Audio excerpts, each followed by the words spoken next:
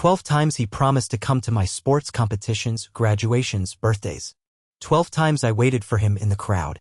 And every time he called an hour before the start with a new excuse. I was 8 when my parents divorced. The whole process was messy and exhausting, with lawyers and court dates that seemed to drag on forever. Dad moved 3 states away for what he called a fresh start and better opportunities. Before he left, he sat me down in my bedroom and promised that distance wouldn't change anything between us. He said he'd be at every important moment, every game, every milestone. I believed him completely. The first time was my 4th grade science fair. I had spent weeks building a volcano that actually erupted with real lava-looking foam. I was so proud of it and couldn't wait to show him. I told everyone at school that my dad was coming from far away just to see my project. I even saved him a seat in the front row during the presentations. 30 minutes before the fair started, my phone buzzed. "Emergency at work," he said. Something about a client crisis that only he could handle. I stood there holding my phone, watching other kids' parents take photos and ask questions about their projects. Mom found me crying behind the gymnasium afterward. But Dad called that night, full of apologies and promises. He said he'd make it up to me at my baseball game the following month. He even knew the exact date and time without me having to remind him. That gave me hope. Maybe work really had been an emergency. The baseball game came and went. This time it was car trouble. His transmission had supposedly given out on the highway. I struck out 3 times that game because I kept looking at the empty spot in the bleachers where I told my teammates he'd be sitting. My best friend's dad tried to cheer me up afterward by buying me ice cream, but it just made me feel worse. I didn't want pity ice cream. I wanted my dad. By the time I turned 10, I had developed a routine.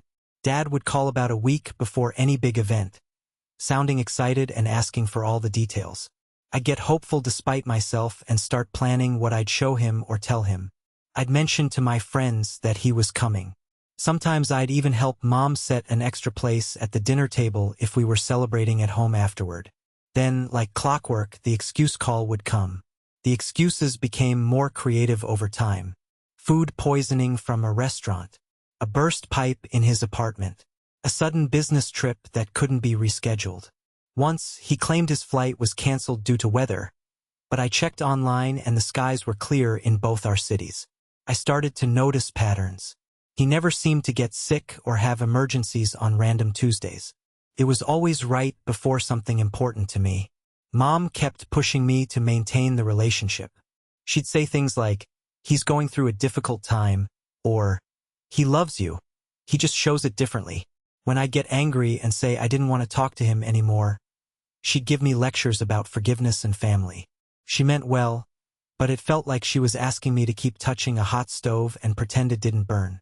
Middle school brought new disappointments. The graduation ceremony where I gave the class speech, and he promised to be in the front row. The championship soccer game where I scored the winning goal and immediately looked for his face in the stands. My 13th birthday party, where I blew out the candles and made the same wish I'd been making for years. Each time, I'd scan the crowd hopefully, and each time, I'd feel that familiar sinking in my stomach when I realized I was looking for someone who wasn't there. The excuses evolved with technology. Now he'd send text messages with elaborate explanations instead of calling. He'd forward me screenshots of what looked like work emails or doctor's appointments. Part of me wanted to believe them, but another part had started to recognize the pattern. The timing was always too convenient, too perfectly timed to ruin my day. High school should have been different. I thought maybe as I got older, he'd realize how much he was missing. My first varsity basketball game where I came off the bench and scored 12 points. He texted me that morning saying he was already in the car driving down. I actually felt butterflies in my stomach, the good kind, thinking about finally having him there. 2 hours before tip-off, another text. Food poisoning from breakfast. I played terribly that night, kept getting distracted and losing focus. The worst part wasn't even the disappointment anymore. It was the hope. Every single time, despite everything, I'd let myself believe that this time would be different. This time he'd actually show up. This time he'd keep his word. Hope became my enemy. this cruel thing that made me vulnerable over and over again. Junior year brought my biggest academic achievement. I'd been selected to represent our school at the state debate championship. It was a huge deal, and I'd worked incredibly hard to get there. When I told Dad about it, he sounded more excited than I'd heard him in years. He said he wouldn't miss it for the world. He even asked if I wanted him to book a hotel room so we could spend the weekend together. I said yes, and for the first time in years, I actually let myself get excited about seeing him. I practiced my arguments obsessively. I imagined him in the audience, proud of how well I could speak and think on my feet. I thought about introducing him to my debate coach, who had become like a mentor to me. I even picked out a nice outfit, thinking about how I wanted to look when I saw him. The night before the competition, he called to confirm everything. He said he was proud of me and couldn't wait to watch me compete. The morning of the competition, I woke up with genuine excitement for the first time in years. I had butterflies, but good ones. I kept checking my phone, expecting updates about his drive or his arrival. An hour before my first round, the call came. He'd been in a car accident. Nothing serious, he said, but the car was totaled and he was stuck dealing with police and insurance. He sounded appropriately upset and frustrated. I almost believed him. I competed that day in a weird emotional fog. I advanced through 3 rounds, making it further than anyone from our school had in 5 years. I should have been proud, but all I could think about was the empty seat I'd been glancing at between rounds. My coach noticed something was wrong and asked if I was okay. I just nodded and said I was fine, but she knew better. She'd seen this pattern before with other students. Date 1. That night in the hotel, I did something I'd never done before. I called his number over and over, not to yell at him or demand explanations, but because something felt different about his excuse this time. Felt too polished, too rehearsed. On the 7th call, a woman answered. She sounded confused and asked who I was. When I explained I was looking for my dad, she got quiet. Then she said something that changed everything. He's not here. He's at his stepson's baseball game. The words hit me like a physical blow. Stepson. He had a stepson, and he was at a baseball game. On the same day he'd supposedly been in a car accident. On the same day he'd missed my biggest academic achievement. I hung up without saying another word. Couldn't sleep that night.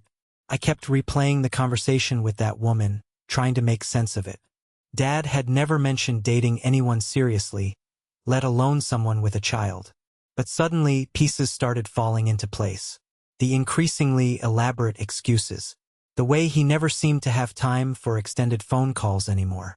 The background noise I sometimes heard during our conversations that sounded like a family dinner or a TV show I didn't recognize. When I got home, I did something that felt both necessary and terrible. I looked him up on social media. I'd never done this before because Mom had always said it was an invasion of privacy. But I needed to understand what was happening in his life that was more important than mine. His Instagram was private, but his new wife's wasn't. And there it was, photos going back 3 years of family dinners, weekend trips, and yes, baseball games. There was Dad, smiling in the stands, cheering for a kid who looked about 12. There were birthday parties and graduations and family vacations. There was the life he'd built without me. The life that seemed to have no room for the promises he'd made to an 8-year-old. I scrolled through months of photos, each one feeling like a punch to the gut. Here was Dad at a school play. Here he was at a little league championship. Here he was on Christmas morning, opening presents with people who weren't me. The dates on these photos coincided with some of my biggest disappointments. While I was waiting for him at my homecoming dance, he was at his stepson's soccer tournament. While I was scanning the crowd at my academic award ceremony, he was at a family barbecue. The realization hit me all at once. I hadn't been unlucky. I hadn't been the victim of an unusually long string of emergencies and coincidences. I had been deliberately chosen against over and over for 8 years. Every excuse had been a lie. Every promise had been empty. Every time I'd made room for him in my life, he'd been busy making room for someone else in his. Update 2. I confronted him the next week. Not with anger or tears, but with screenshots. I sent him 3 photos from his wife's Instagram. One from my debate championship day showing him at the baseball game, one from my junior prom showing him at a family dinner, and one from my 16th birthday showing him on vacation at the beach. I didn't include any text, just the photos. He called me within an hour. For the first time in years, he sounded genuinely panicked. He started with denials, saying the photos must be old or from different days. When I read him the timestamps, he switched to justifications. He said his stepson needed him more because he was going through a difficult adjustment. He said his new wife didn't understand his relationship with me and he was trying to keep the peace. He said he was planning to tell me about them when the time was right. Every explanation felt like another lie. I realized I was listening to someone who had become a stranger to me, someone who had spent years practicing how to manipulate my emotions and expectations. The man I'd been desperately trying to please and impress didn't actually exist. He was a character Dad played during our phone calls, someone who cared about my games and my grades and my future. The real version of him was in those Instagram photos, fully present for a family that didn't include me. The conversation ended with him promising to do better, to be more honest, to find a way to balance both families. I hung up knowing that these were just more empty words. The pattern was too established, too comfortable for him. I was the inconvenient reminder of a life he'd left behind, and he'd found a way to manage me with minimal effort for years. Why would he change now? I stopped answering his calls after that. When he texted, I didn't respond. When he sent emails, I deleted them without reading. Mom was upset at first, but when I showed her the photos and explained what I discovered, she went quiet for a long time. Then she hugged me and said she was sorry for pushing me to maintain a relationship that was hurting me.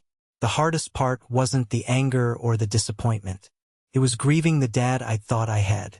I'd spent 8 years believing that somewhere out there was a man who cared about me but was just really unlucky or really busy. I'd created an entire mythology around his excuses, telling myself stories about how hard he was working or how much he was struggling. Learning that he'd simply chosen a different family was devastating, but it was also clarifying. Senior year felt different without the constant cycle of hope and disappointment. I stopped looking for him in crowds. I stopped making room for him at celebrations. I stopped explaining his absence to friends and teachers. It was lonely sometimes, but it was also peaceful. I could focus on my own achievements without the emotional roller coaster of waiting for him to show up. My graduation came and went without any contact from him. I gave the valedictorian speech to a packed auditorium, and for the first time in years, I wasn't scanning the crowd for his face. I was looking at Mom, who was crying and taking photos. I was looking at my coaches and teachers who had actually shown up for me over the years. I was looking at my friends' families who had become like extended family to me. Final update. 3 months after graduation, I got a call from an unknown number. It was his new wife. She said she'd found my contact information in his phone and wanted to talk. Against my better judgment, I agreed to meet her for coffee. She was younger than I'd expected, probably only 15 years older than me. She seemed nervous and kept apologizing for reaching out. Then she told me something that reframed everything I thought I knew about the situation. Dad had been telling her the same lies he'd been telling me. He'd been claiming that I didn't want to see him, that I'd become hostile and difficult after the divorce. He'd painted himself as the victim of a vindictive ex-wife and an ungrateful child. She'd started to suspect something was wrong when she noticed patterns in his behavior. He'd get phone calls that made him anxious, and he'd disappear for hours afterward. He'd make up elaborate stories about where he was going or what he was doing. When she'd seen the photos of me at graduation on social media, she'd realized that I looked nothing like the rebellious teenager he'd described. I looked like a normal kid who'd achieved something worth celebrating. The conversation with her lasted 3 hours. She showed me texts he'd sent her about me, describing me as angry and manipulative. She showed me emails where he'd painted my mom as someone who was trying to turn me against him. She'd believed these stories for years, which was why she'd never encouraged him to try harder with me. She'd thought she was protecting her family from drama. But she'd also started noticing things about her own son. Dad would promise to attend his events, then find reasons to skip them when something more interesting came up. He'd committed to coaching his little league team, then quit halfway through the season. He'd promise family vacations, then cancel them for work trips that seemed suspiciously timed.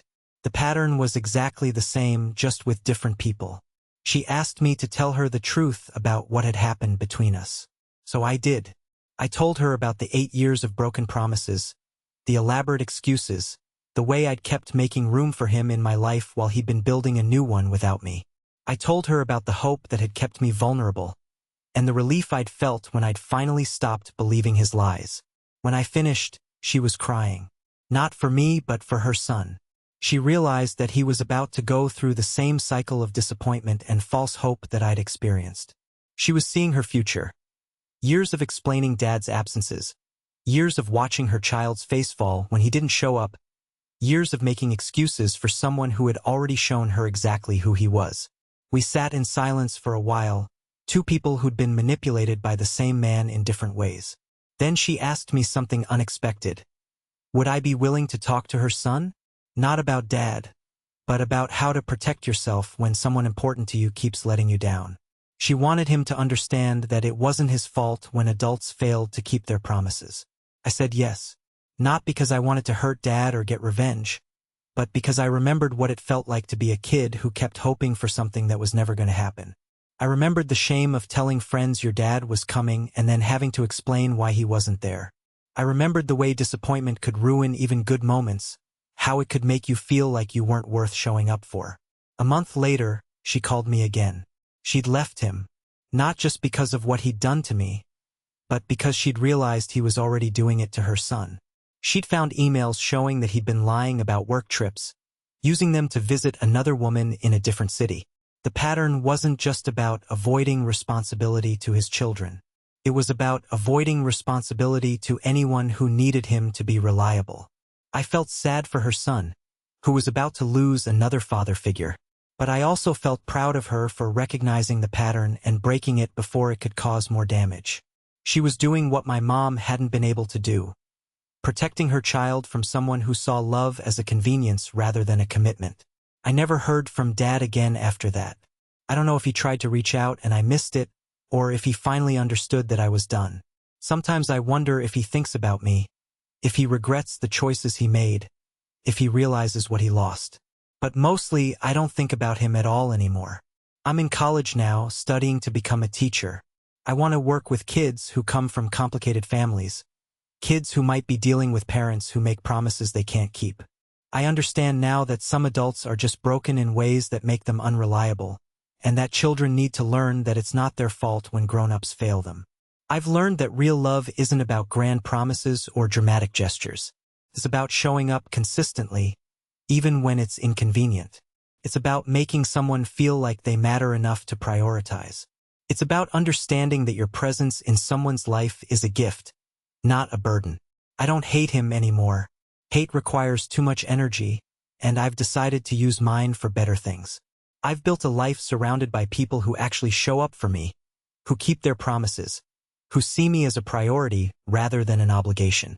I've learned that family isn't just about blood relations. It's about the people who choose to be there for you, consistently and without conditions. The empty seats in the crowd don't hurt anymore. I've filled them with people who actually want to be there, people who celebrate my successes and support me through my failures. I've learned that 12 broken promises taught me something valuable. The difference between people who love you and people who say they love you. And that difference has made all the difference in how I choose to let people into my life. Looking back, I think I spent too many years trying to be worth showing up for. Now I understand that I was always worth it. He just wasn't capable of seeing it, and that was his loss, not mine.